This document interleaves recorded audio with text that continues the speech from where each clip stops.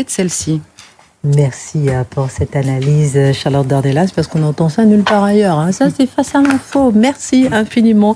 Nous allons accueillir notre invité. Ça aussi, c'est Face à l'info. Il s'appelle David. On le surnomme Vivi Aposta. Venez, installez-vous.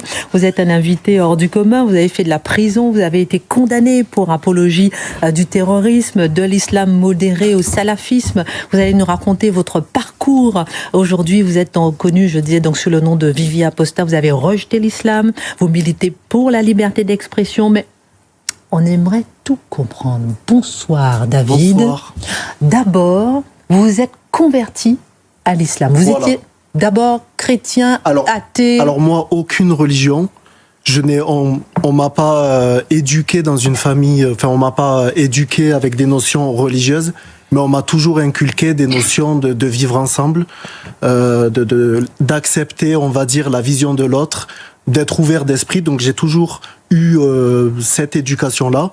Donc quand j'ai rencontré un musulman dans le milieu sportif qui m'a parlé de sa religion de paix, d'amour et de bienveillance, forcément, je l'ai cru. J'ai vu que pour le ramadan, c'était bien, on partageait les gâteaux, il y avait le vivre ensemble, il souriait tout le temps. Quand il me parle par la porte vivre ensemble. Voilà, c'est ça. C'est vraiment par le vivre ensemble. J'ai vu en fait tout le temps on parlait souvent en mal de l'islam sur les médias. L'islam, je sais pas, un musulman a fait un attentat et on dit que c'est un musulman, donc forcément on stigmatise tous les musulmans. On parle beaucoup de l'islam, l'islam fait peur. Donc forcément, moi ça m'a attiré vers ça. J'ai voulu savoir est-ce que c'est vrai ce qui est dit. Et d'apparence, c'est pas vrai. J'ai cru que c'était pas vrai. Donc forcément, moi j'étais en quête de vérité, j'étais en quête de sens, de spiritualité.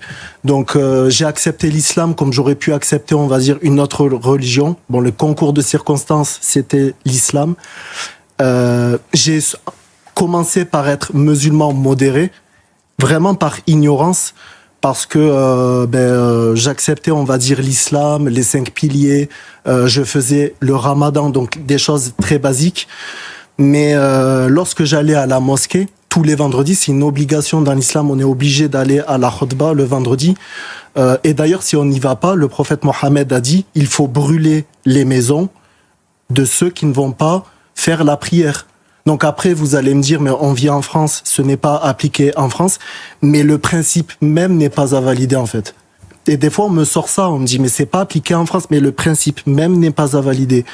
Donc bref, je vais à la mosquée, on me sert un islam de paix, d'amour et de bienveillance. Je m'enfonce encore plus dans cet islam de paix qui me fait du bien intérieurement. Moi, ça me faisait du bien. J'étais heureux. J'étais dans de la spiritualité, ça me faisait du bien. Et j'ai vu qu'on m'a menti.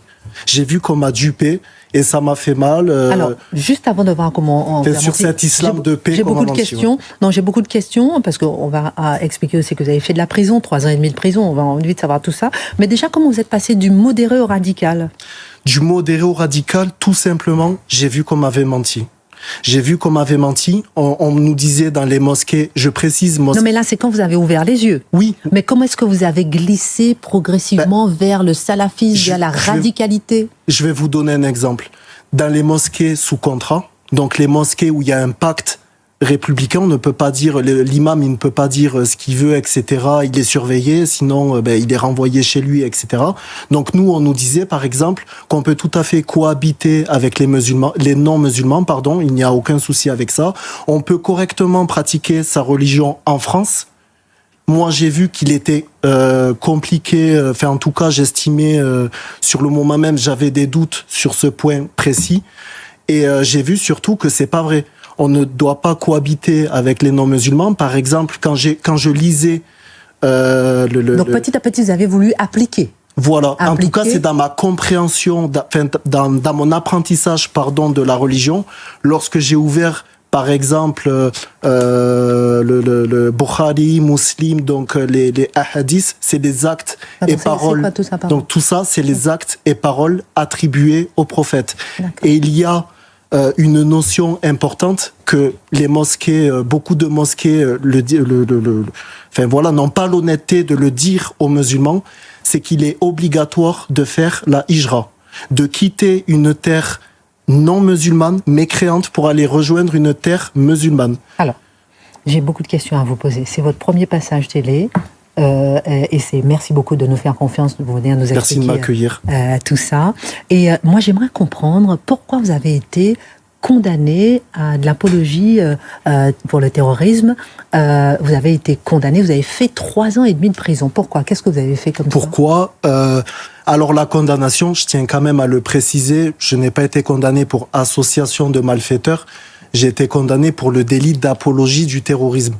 Et ce n'est pas pour amoindrir mon acte que de préciser ça, mais c'est quand même, je pense, important. Oui, mais qu'est-ce que vous avez dit? Qu'est-ce que vous avez fait? Je vous donne un simple exemple. Je racontais sur les réseaux sociaux, par exemple, qu'une personne avec une autre orientation sexuelle que la mienne, une personne homosexuelle n'a pas le droit de vivre, doit perdre la vie, donc doit être tué, parce qu'il est homosexuel. Je disais la même chose sur l'apostat. Et il y avait d'ailleurs des musulmans qui me disaient « tu es un psychopathe ». Il y avait certains musulmans, parce qu'il y a d'autres musulmans qui validaient ce que je disais, qui me disaient « tu es un psychopathe ». Et moi, là où ça m'a radicalisé encore plus, comment peut-on me dire que je suis un psychopathe alors que le prophète de l'islam lui-même l'a dit « man badala dinuhu faqtuluhu ». Donc en arabe, on comprend pas, ce qu'il dit, je vais traduire, donc en arabe, quiconque change sa religion, tuez-le.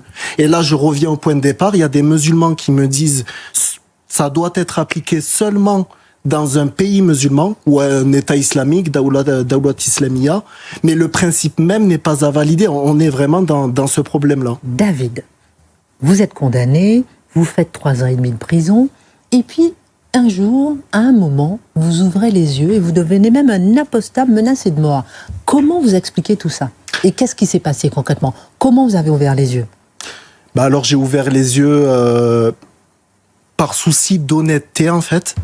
Parce que moi, quand j'ai épousé, on va dire, j'utilise ce terme, mais quand j'ai rejoint, on va dire, l'islam, que j'ai adhéré à l'islam, j'ai eu un souci d'honnêteté où j'ai voulu me plonger dans l'orthodoxie, dans l'islam des origines. Donc au début, ça s'est fait progressivement, j'ai été modéré, et je précise bien par ignorance. Sonia Zadik, qui en avait déjà parlé, etc. Donc moi, vraiment, c'est par ignorance, j'ai été modéré. Ensuite, j'ai vu qu'on m'avait menti, je me suis radicalisé. Comment vous avez vu qu'on vous a menti? Dans les mosquées, de par l'entourage. Avant ou après la prison? Non, avant la prison, je me suis radicalisé. Mais quand est-ce que vous avez ouvert les yeux? Après la prison? Est-ce que la prison vous a aidé à ouvrir les yeux? Mais en fait, ce qui est compliqué, c'est que ça s'est fait progressivement. C'est-à-dire que quand j'étais en prison, je lisais des livres, je regardais la télévision, et j'avais un discours contraire au discours islamique que je m'abreuvais constamment. Et c'est-à-dire que sur le moment même, je me disais impossible que je puisse changer d'avis. Pour moi, en fait, il était impossible. J'avais une idée, j'étais convaincu par l'islam. Mais vous savez, même si vous dites je ne serai pas convaincu, ça rentre pas dans une oreille, ça ressort pas par l'autre. C'est je réfléchissais à ce que je lisais, à ce que je regardais, et j'ai fini par sortir du déni que ce n'est pas normal d'accepter ce que j'accepte au nom de l'islam, même si ça fait partie intrinsèquement de l'islam. La peine de mort des ex-musulmans fait partie de l'islam. Le simple fait de critiquer l'islam est condamné à mort en islam. Donc, et si vous voulez, moi, j'arrive à un moment, je ne peux plus l'accepter. C'est pas possible. Il nous reste 2 minutes. Je demande à Mathieu Bocoté, est-ce qu'on peut accorder les 2 minutes restantes à notre invité? Merci beaucoup, Mathieu. Il nous reste 2 minutes, donc 3 questions rapides. Okay. Premièrement, pourquoi vous avez choisi votre pseudo apostat sur les réseaux sociaux? Parce que vous osez. Apostat, c'est menacé, c'est condamné à mort. C'est ça, exactement. Première question, pourquoi vous critiquez, vous passez dans l'autre côté, vous critiquez l'islam? Et troisième question, est-ce que vous recevez des menaces de mort? Alors déjà, pour la première question concernant le pseudo, moi je me définis pas comme apostat, parce qu'il y a des gens qui ne comprennent pas ma démarche, qui me disent pourquoi tu t'appelles apostat, tu te définis comme tel? Non. Moi je m'appelle David, c'est mon prénom. Mais pourquoi apostat sur les réseaux? Parce que apostat, c'est un statut juridique dans l'islam. L'apostat, il est condamné à mort. Je suis désolé de le répéter, c'est dans l'islam. Ça fait pas partie de l'islamisme, ça fait partie de l'islam. Les hadiths, donc les actes et paroles attribués au prophète, sont clairs à ce sujet. Il y a consensus à ce sujet des 4 grandes écoles de droit juridique qui sont encore enseignées en France en 2025 dans les facultés de droit islamique. Donc ça, en fait, j'aimerais le faire connaître. Je suis désolé, c'est quand même assez grave, assez choquant. J'ai quitté l'islam et juste pour ça, en fait, il y a une prime au-dessus de ma tête, en fait. Donc ça, j'aimerais le faire savoir. Il y a même pas 10 ans, la plupart des gens ne connaissaient même pas ce terme. Et aujourd'hui, de par la normalisation, il y a de plus en plus d'apostats qui prennent la parole. Il y a eu récemment une manifestation d'ex-musulmans, justement.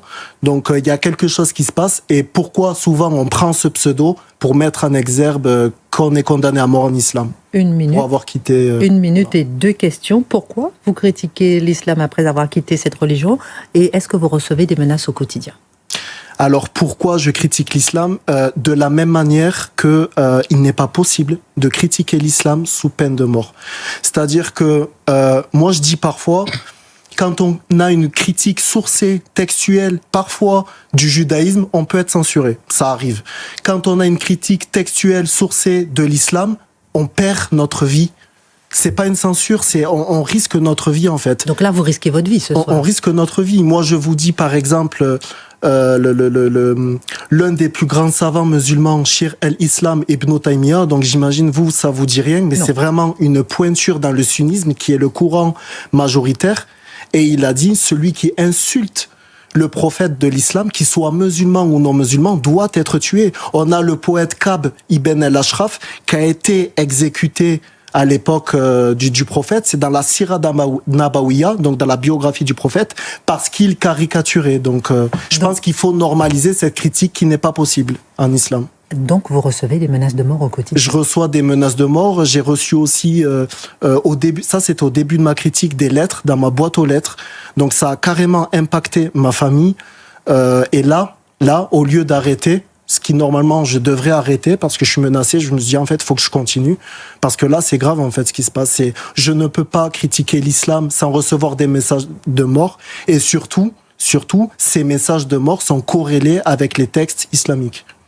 Merci David, dit Vivi Apostat, d'avoir choisi Face à l'info pour votre première télé, pour pouvoir témoigner. Et si je pouvais... Non, il n'y a plus de temps, mais okay. Quand même. Juste dernière dédicace, sur YouTube, il y a une critique extrêmement sourcée, référencée, collectif Ex-Muse, et le site apostat.fr, référence des ex-musulmans, voilà. Merci. En tout cas, c'est un beau prénom, David. Excellente suite de programme. L'heure des pros de Pascal Pro. Merci à tous.